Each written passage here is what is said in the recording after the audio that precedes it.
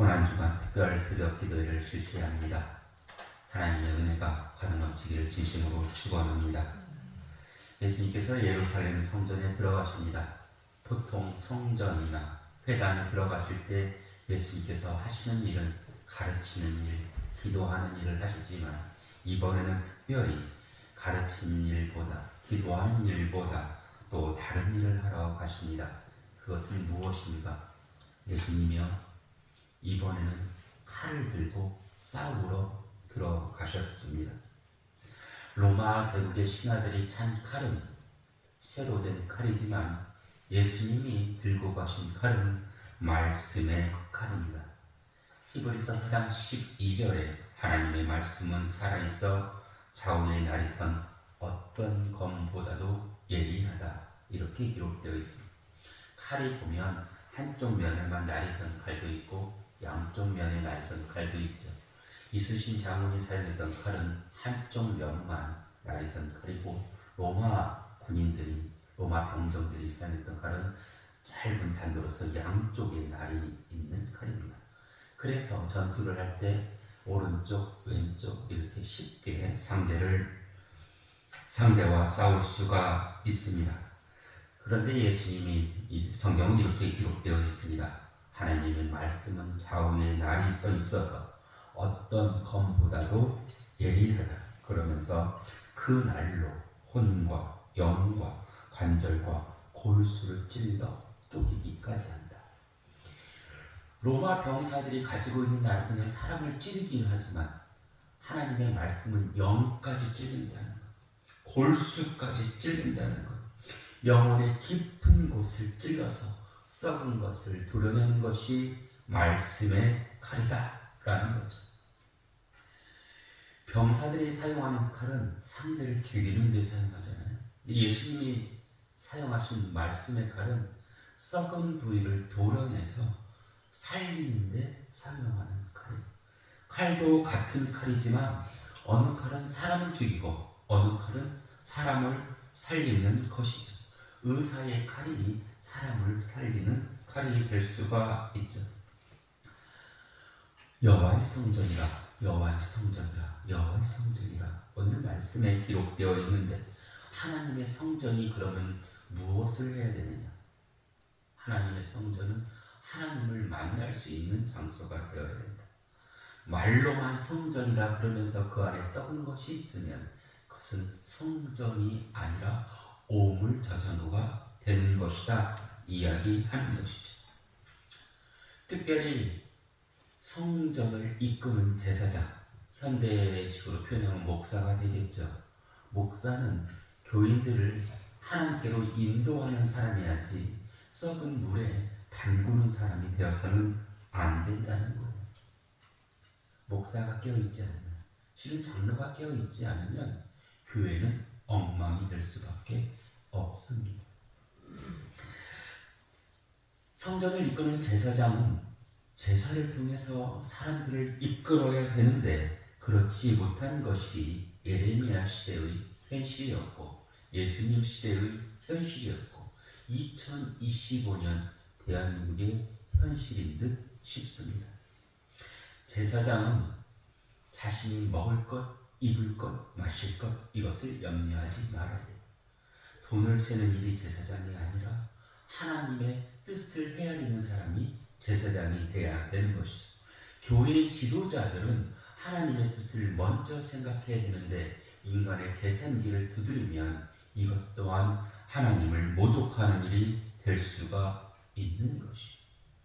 예레미야 시대, 그 남유다가 멸망할 그 시기에 제사장들은 성전에서 계산기를 두드렸어요. 어떻게 하면 하나님께 영광을 돌릴까? 이것이 아니라 어떻게 하면 성전을 통해서 내 욕심을 채울 수 있을까?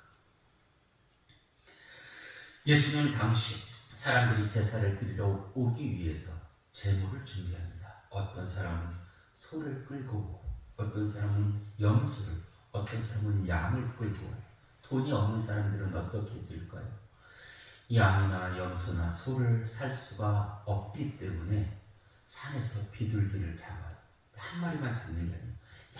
여러 마리를 잡아서 그 중에 제일 깨끗한 흠이 없는 비둘기를 가지고 성전에 따라가요.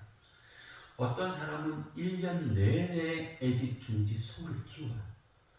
흠이 하나도 없도록 애지중지 키우는 거예요. 양연수를 해서 키워서 성전으로 따라와요. 그러면 이 제사장들은 하나님께 제물을 드릴 수 있는지 없는지 그 동물을 감수해.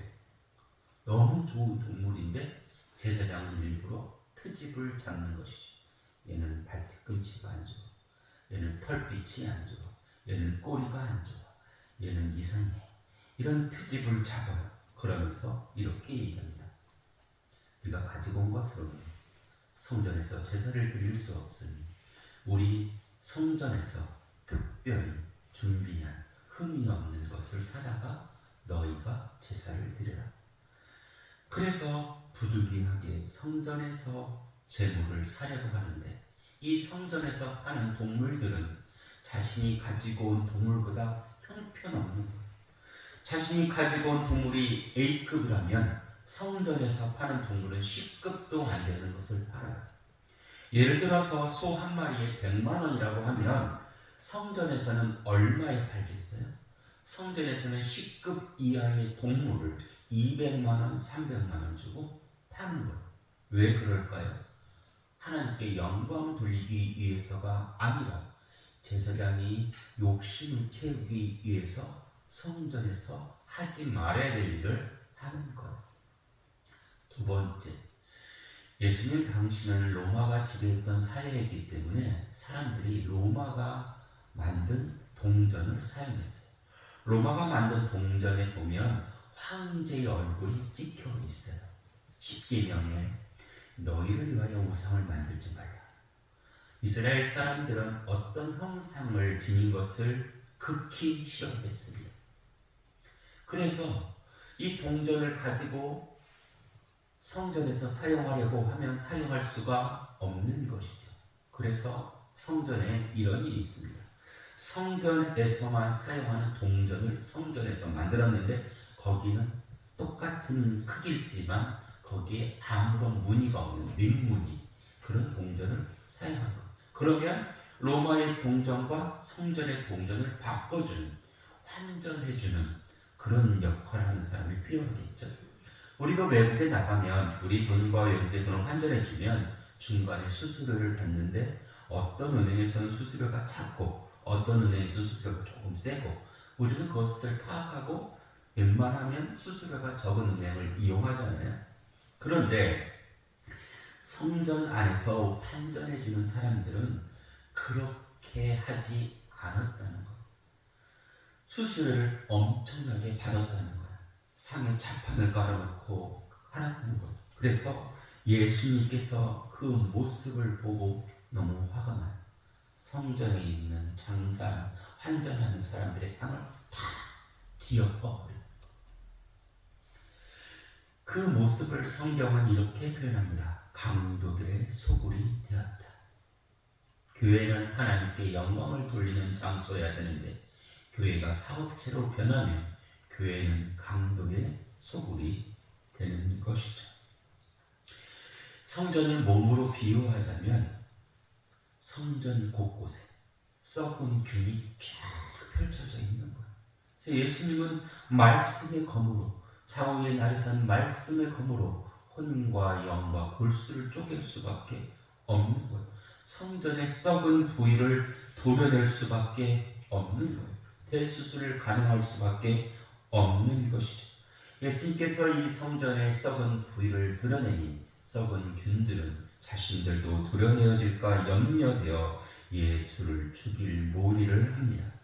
예레미야 시대의 성전도 썩었고 예수님 시대의 성전도 썩었고 2025년 대한민국의 교회는 어떠한가? 한번 저는 깊이 생각해 봅니다. 그러면서 대한민국 교회를 떠나서 우리 우수영 제일교회는 어떠한가? 교회 사업체인가? 하나님께 영광을 돌리는 교회인가? 생각을 해봅니다. 지금은 교회가 어려운 부분이 있지만 이 어려운 부분을 다시 다져서 씨를 뿌려서 여기에 복음을 기쁨의 나무가 자라야 될 줄 믿습니다. 믿음의 사람들은 하나님을 두려워해요. 하나님을 두려워하지 않으면 자기 스스로 썩어 들어갈 수밖에 없는 것이죠. 학교 선생님이 하나님을 두려워하지 않으면 양심이 썩어 있으면 학생들을 돈으로 봅니다. 경찰들이, 군인들이, 또한 법관들이 하나님을 두려워하지 않으면 국민들은 죽어나갈 수밖에 없는 것이죠. 하나님을 두려워하지 않고 사는 사람들의 삶은 결국 강도의 삶이요 썩은 삶이라고 말할 수가 있습니다. 예수님께서 예루살렘에 입성하신 그 이유는 오직 하늘의 뜻을 이루기 위해서. 그렇다면 우리가 고난주간에 다져야 될 마음은 무엇인가? 하나님, 강도가 되지 않게 하옵소서. 썩은 살이 되지 않게 하옵소서. 비록 그 길이 외롭고 힘들고 지친 길이지만 예수님과 함께하는 길임을 믿습니다. 저는 교회를 목회자의 관점으로 봤을 때 분명 어려운 시련이 있지만 이 또한 하나님의 영광을 위해서 하나님께서 우리에게 주신 것이 아닌가 하는 생각을 해봅니다. 어려울 때 기도하고 어려울 때 하늘의 뜻을 먼저 생각해야지. 어려울 때 어떻게 하면 인간의 방법으로 해결할 수 있을까? 이런 유혹이 있겠지만 그럴 때마다 더욱더 우리는 힘써 기도해야 될 줄 믿습니다. 이 고난주간 하나님을 두려워하는 마음을 갖게 하옵소서. 내 양심이 깨어있게 하옵소서. 두려울지라도 힘들지라도 함께 하시는 하나님의 능력을 바라보게 하옵소서. 이런 기도를 하시길 바랍니다. 그래서 여러분의 삶이 진정 하나님이 보시기에 아름다운 삶이 되고 또한 그 아름다운 삶에 열매가 가득하기를 진심으로 축원합니다. 기도드립니다. 저희 아버지 하나님, 고난주간 새벽에 우리의 발걸음을 기도의 자리로 인도하여 주심에 감사드립니다.